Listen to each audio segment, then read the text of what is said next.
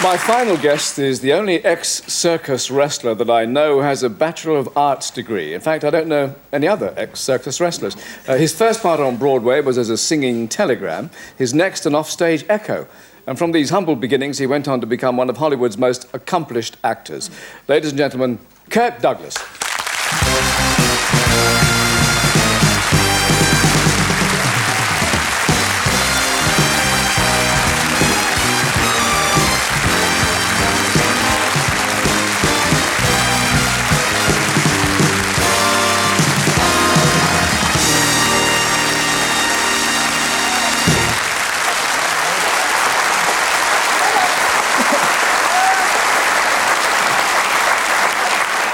I talked about what Robert Newton did to Deborah Kerr, but the last time you worked together, you gave her a hard time as well.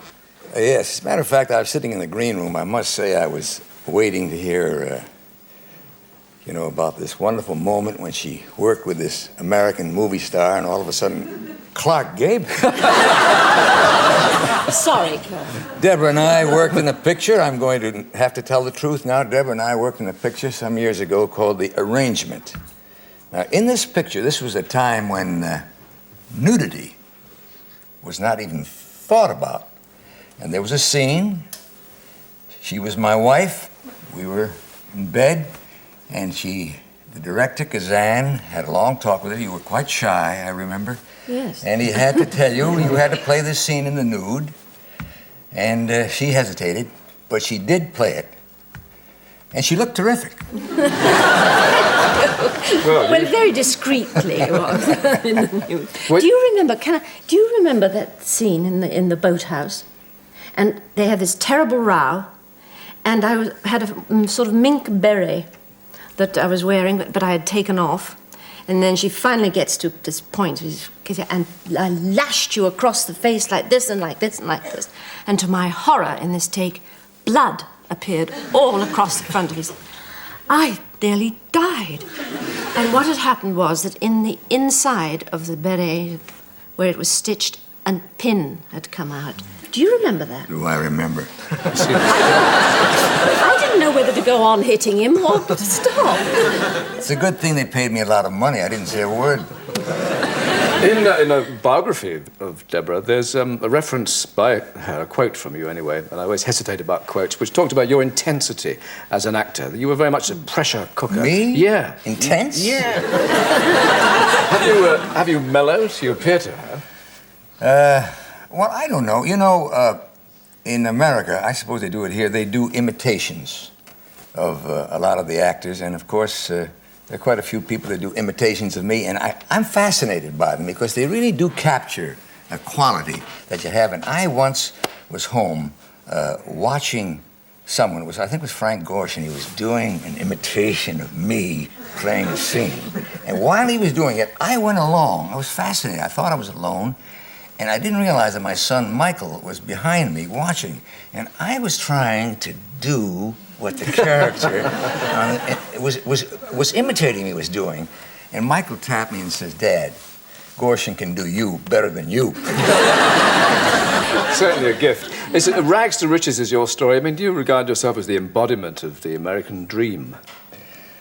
Well, I once was asked to write my autobiography, and I started to write it, and I thought, it's a B script. If anyone had sent it to me, I would never do it because it's sort of filled with you feel the violins are playing in the background, and it's filled with all the pathos of the poor, struggling young man who didn't have enough to eat, whose parents were illiterate Russian immigrants who worked his way through college, who arrived there, I remember, on a truckload of fertilizer, and all those sort of aspects of my life that I think are typical of many people in our country who have sort of tried to work up to get an education and to finally do the thing in life that they wanted to do. You had 6 sisters as well. Was that a pressure? I would certainly say so. Yes, I think I was the only boy, and I had 6 sisters, and yeah, it was, their affection was almost overwhelming. although I have always been indebted because, see, the fact that my sisters permitted me to go to college and get an education, I think was, you know, something that I am always indebted to them, because I should have stayed home like they were, helping to work and to help to support the family. But what about your father? Was he any influence at all? What sort of man was he?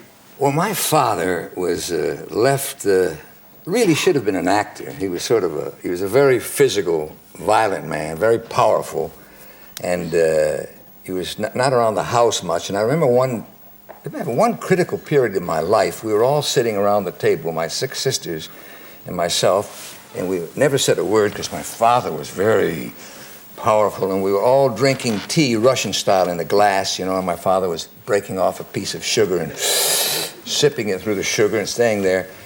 And something told me that if I don't do this, I will die. And my sisters looked at me in horror as I took a spoon, and I took a spoonful of hot tea and I flicked it right in my father's face. He jumped up, he grabbed me, picked me up, he threw me through a door onto a bed. I'm sure he probably knew the bed was there. But you see, the symbol, as I look back at it, I have a feeling that I felt if I didn't do something to risk death, as it were, at that young age, you know, you just thought, I don't know, I'm going to be killed. But I felt I had to take that risk. And I really feel that that was a very important moment in my life. You proved yourself at an early stage. Yes. Yeah. Now we know where you got all that intensity from. Oh, there's more passion. It's getting very dangerous here. Yes. Times were very hard, but how did you afford girlfriends? I was always really poor. When I try to explain to my sons, you know, what being poor is, you know, it's hard for them to imagine a time when you literally didn't have enough to eat. I do remember the one luxury.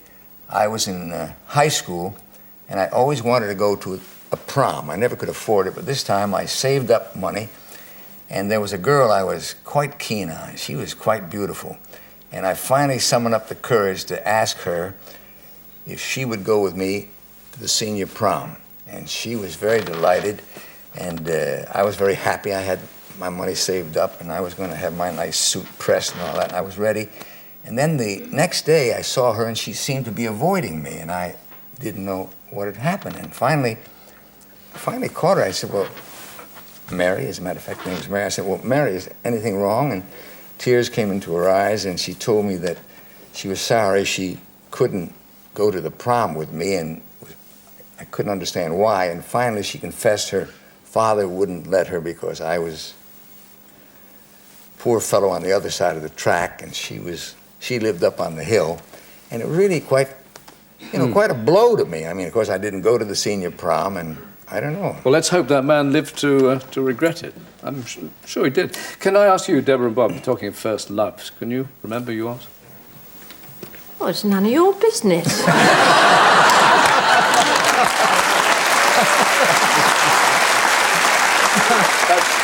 I can't be fair. I told you were mine. But, all right, I won't press that one then. Bob, what about you? You're going to tell me to... It's none of your business.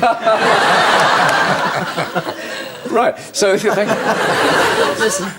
you. You went on, then came, your first roles were less than tough, as I explained earlier. You were an offstage echo and strange parts like that. But when you became Rocky, the Rocky sort of character, you were champion. That was the film you made, wasn't it? That changed the image for you. Yes, I suppose that was the first part that, before that I played a picture, for example, my very first picture was The Strange Love of Martha Ivers, a picture I did with Barbara Stanwyck and Van Heflin.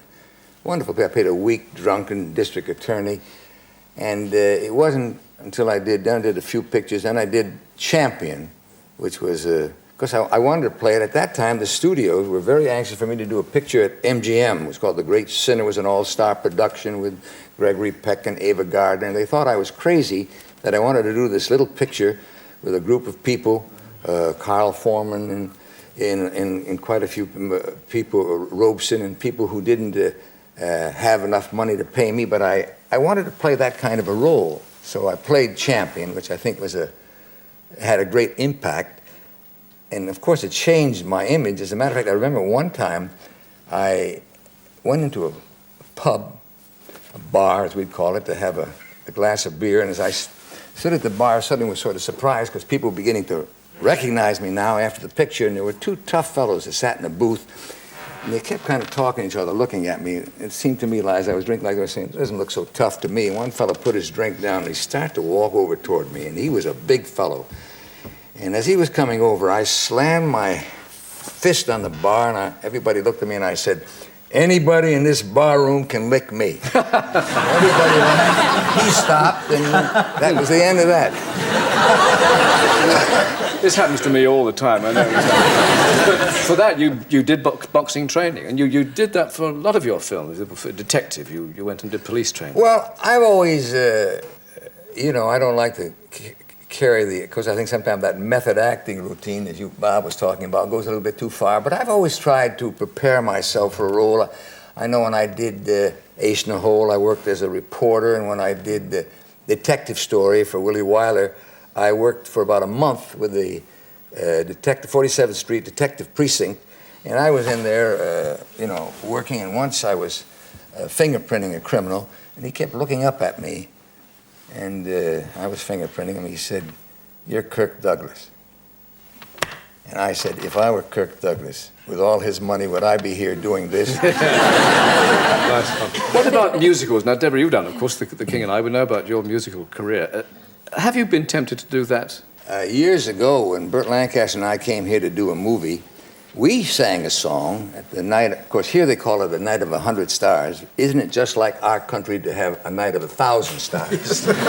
Everything a little larger. But Burt and I did a routine where we sang, maybe it's because I'm a Londoner that I love London so. We sang that number together. Do you know it all through? Sure. Remember it all? Maybe it's because I'm a Londoner that I think of her. Wherever I go, I get a funny feeling inside of me. Just walking up and down. Maybe it's because I'm a Londoner that I love London town. Get off me that.